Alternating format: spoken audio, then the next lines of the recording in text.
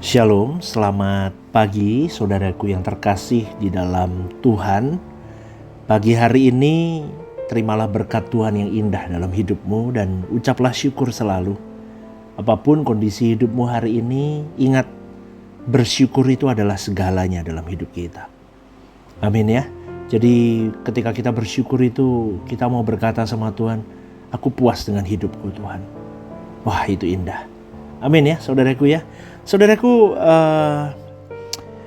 di GSKI Rehoboth Semarang ini ada satu yel-yel yang baru, yaitu GSKI Rehoboth Semarang, My Church, My Home, and My Family. Itu yang kita gaungkan di gereja, di renungan, dimanapun. Bahkan di WhatsApp channel gereja kita pun juga digaungkan itu terus. Tahukah saudaraku kenapa saya katakan itu? Karena saya merasa prihatin dengan kekristenan hari ini, dengan orang Kristen hari ini, dari orang yang pergi ke gereja hari ini, karena banyak orang yang tidak merasa dirinya itu menjadi seorang yang tertanam di sebuah gereja lokal. Maka kalau saudara-saudari pencinta renungan The Message mengikuti renungan yang saya bagikan apalagi hari Minggu, selalu saya katakan, jangan lupa langkahkan kakimu ke gereja lokalmu. Saya tidak berhenti di gereja tok, enggak loh. Saya harus selalu ngomong di gereja lokal milikmu.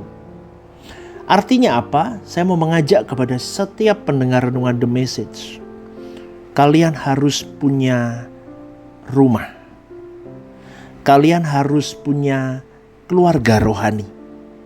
Kalian harus punya gereja di mana Anda dirawat,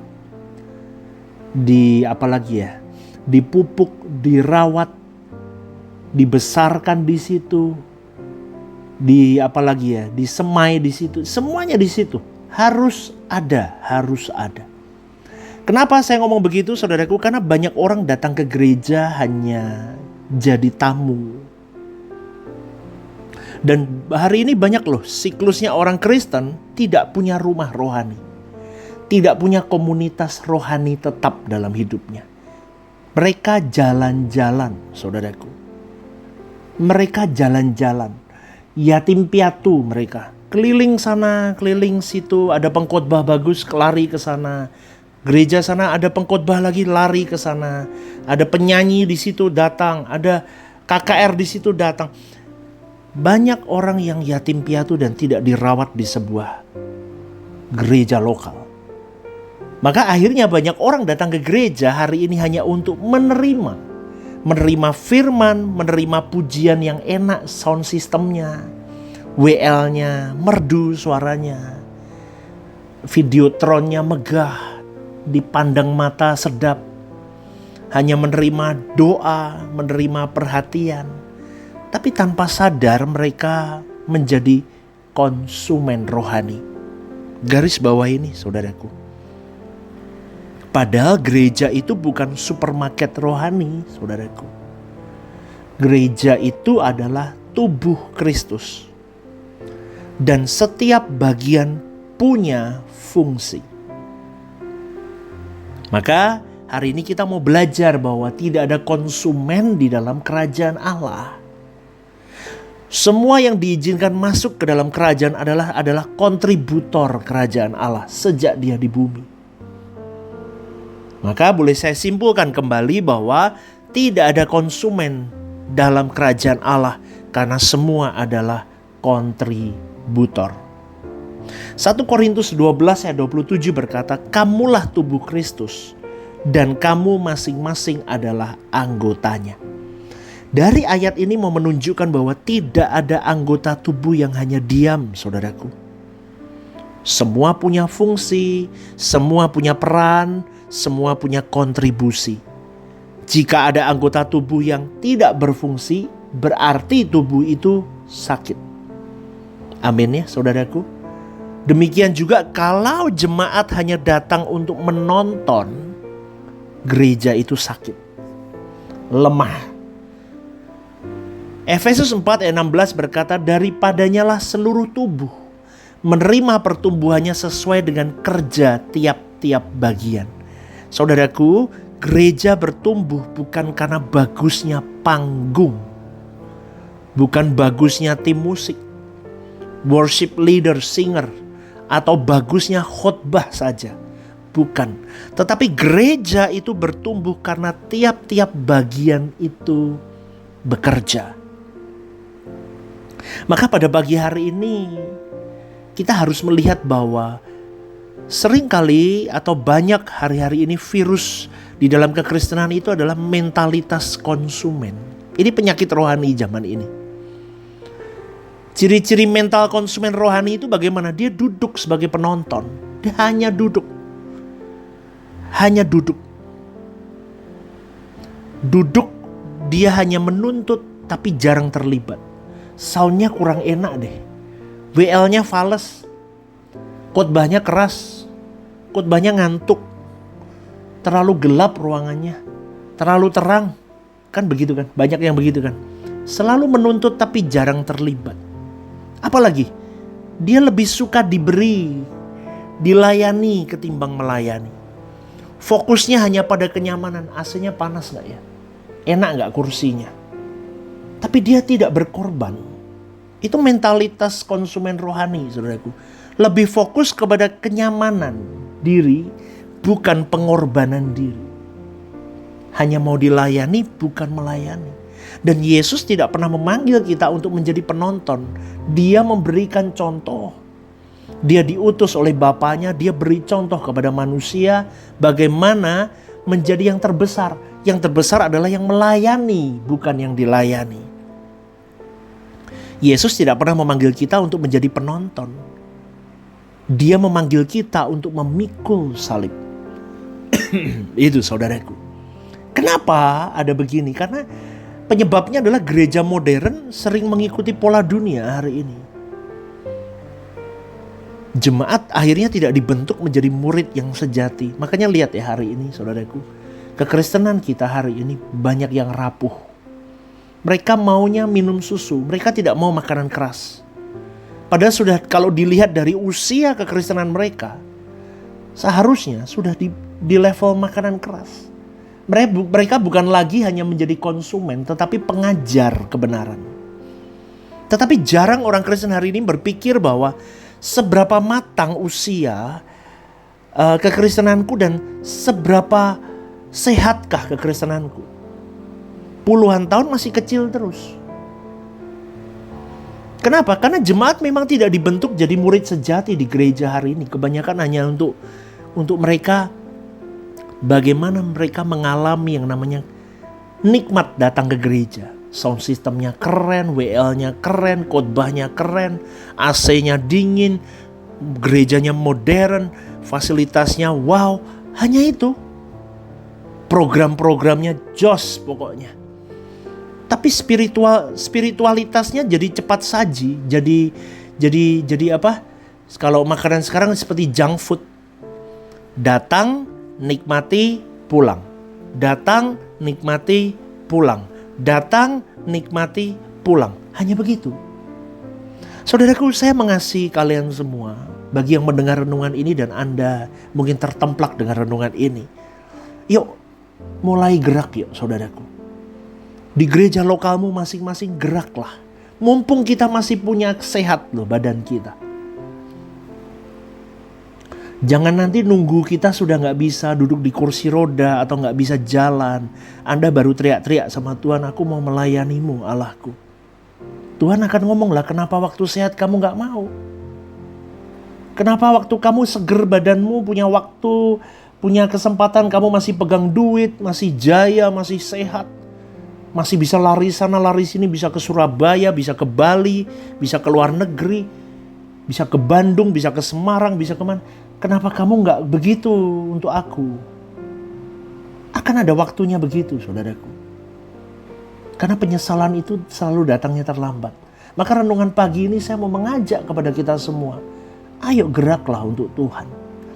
Di dalam Markus 10 ayat 45 berkata, anak manusia datang bukan untuk dilayani, melainkan untuk melayani.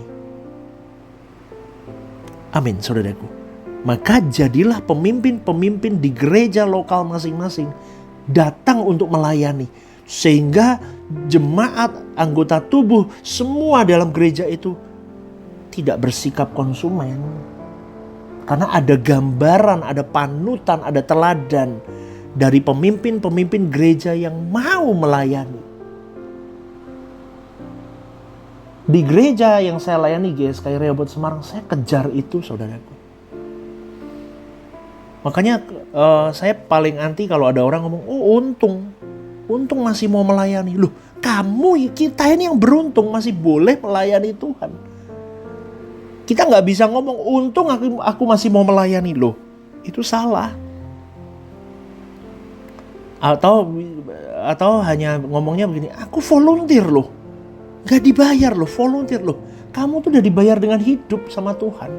Dengan keselamatan. Kamu dengan berkat-berkat yang kau alami tiap saat, tiap pagi kau bisa bangun tidur, itu bayaranmu. Loh, betul nggak, saudaraku? Kadang lupa orang Kristen. Rasanya kalau dalam bahasa Semarang itu, bejo aku masih mau melayani. Untung aku masih mau melayani Tuhan. Loh, kamu nggak melayani Tuhan, Tuhan nggak masalah, saudaraku. Tapi Tuhan Yesus mengajak kepada kita semua, kamu harus melayani Bapa seperti aku melayani Bapa. Sampai garis akhir, pelayananmu belum sampai kepada titikku mencucurkan darah, kamu masih belum. Kamu masih sekelumit yang kamu berikan ke Bapa. Makanya ku ajari dirimu untuk mengikuti pathway langkahku sampai kamu berani mencucurkan darah. Artinya sampai kamu berani berkorban nyawa tanpa minta imbalan balik. Itu pelayanan itu punya kualitas, ada levelingnya, saudaraku. Anda kalau sudah terjun dan mengenal hati Bapa, Anda akan mengerti levelingnya itu jelas. Yesus itu adalah leveling tertinggi. Makanya Bapa berkata, aku berkenan kepadamu. Kita harus di situ, gitu loh. Baru keluar tenaga dikit udah ngomel, gak bisa. Maka Yesus menunjukkan bahwa melayani itu bukan pilihan, tapi identitas seorang pengikut Kristus. Yesus membasuh kaki murid-muridnya, Yesus memberi diri sepenuhnya, Yesus mengajarkan bahwa yang terbesar adalah yang melayani. Amin, saudaraku. Kalau dari sudut pandang psikologi, saudaraku, rasa memiliki itu muncul ketika seseorang berkontribusi. Kalau kamu hanya duduk menerima, maka tidak akan pernah merasa menjadi bagian dari gereja lokalmu.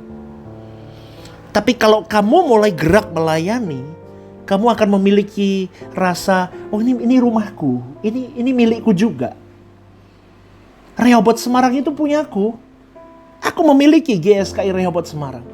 Aku bangga dengan GSKI Rehoboth Semarang. Dan di dalamnya akan ada rasa tanggung jawab dengan gereja lokalmu. Amin, amin, saudaraku. Dan pelayanan itu akan mengunci seseorang atau memenjarakan seseorang di dalam koridor ilahi. Makanya saya selalu katakan apa? Jangan tunggu kamu sempurna baru melayani. Layani Tuhan, maka hidupmu akan semakin disempurnakan. Mau sampai kapan kamu mau tunggu? Oh, nanti aku belum siap. Kapan siapmu? Ingat ya, saudaraku, pelayanan itu mengunci orang di koridor Allah. Meskipun kadang masih meleset, tidak apa-apa, tapi kamu akan segera kembali. Malu, saudaraku, sama Tuhan. Dan pelayanan itu akan membuat seseorang terus bertumbuh. Orang mengalami pertumbuhan karakter ketika dia keluar dari zona nyamannya dan berkorban memberikan dirinya. Itu pasti akan mengalami perubahan karakter. Dan ingat, saudaraku, orang yang melayani lebih stabil secara rohani. Kenapa? Karena mereka punya komunitas. Mereka punya keluarga rohani. Kalau di GSKI Rehoboth Semarang kita punya para aktivis itu benar-benar seperti keluarga rohani hari ini. Wah, luar biasa. Ya. Dan di sana mereka punya tanggung jawab yang luar biasa, saudaraku. Apalagi di gereja yang saya layani, saudaraku, saya didik jemaat para aktivis untuk benar-benar fokus hanya untuk melihat hati Bapa. Betul, saya melihat pertumbuhan dari aktivis Rehoboth Semarang, betul. Mereka mulai punya tanggung jawab masing-masing. Wah, bagus sekali. Dan mereka merasa bahwa ada pemakaian Tuhan dalam hidup mereka. Itulah, saudaraku, itu gereja yang sehat itu begitu. Gereja yang sehat adalah gereja yang diisi oleh kontributor, bukan konsumen. Gereja itu bukan gedung, tapi movement.